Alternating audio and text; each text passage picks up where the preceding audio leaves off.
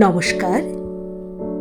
২৫শে বৈশাখের মতো ২২শে শ্রাবণও বাঙালির আবেগ ও অস্তিত্বের এক অবিচ্ছেদ্য অংশ। ২২শে শ্রাবণ বিশ্বকবি রবীন্দ্রনাথ ঠাকুরের তিরোধান দিবস। কিন্তু আমরা এও জানি যে বিশ্বকবিকে কখনো মৃত্যু স্পর্শ করতে পারেনি। তাঁর সৃষ্টির মাধ্যমে তিনি আজও মৃত্যুঞ্জয়ী। আজ শোনাব বিশ্বকবির প্রতি শ্রদ্ধা জানিয়ে কবি মৌহা মাইতির লেখা কবিতা ২২শে শ্রাবণ ধারা। সেই যে সেদিন সকাল থেকেই মায়ের মুখ ভার, বুকের ওপর পাথর চেপে প্রকৃতিও দুর্বার। লাল পেড়ে শাড়ি, ভেজা চুলে ঠাকুর ঘরে মা, সামনে রাখা মূর্তিখানা সে যে ভীষণ অচেনা। মায়ের হাতে রজনীগন্ধা, চোখে অশ্রুধারা, কণ্ঠ ছুঁয়ে ভেসে আসে ঘন শ্রাবণ ধারা।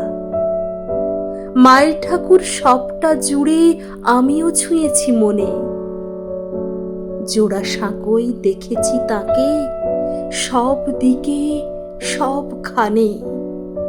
জীর্ণ শীর্ণ ক্লান্ত শরীর নিয়েছে চোখের আগুন, চৈত্র মাখা সারাটা দেহে নেই কোথাও ফাগুন। বাবা বললেন, দেখ ইনি ঠাকুর, ইনি রবীন্দ্রনাথ।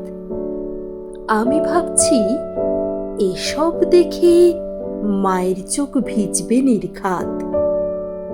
সাদা বিছানায় ঠাকুর শুয়ে, বিস্ময় ভরা চোখ, মনে মনে যেন বলছেন তিনি, সবার ভালো হোক।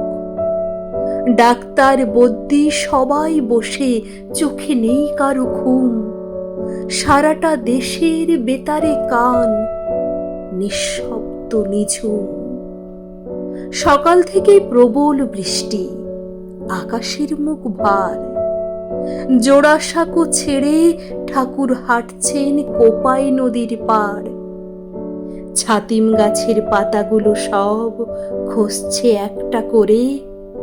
প্রার্থনা ঘরে ঢুকলো ঠাকুর, তবু কেউ চিনল না তারে।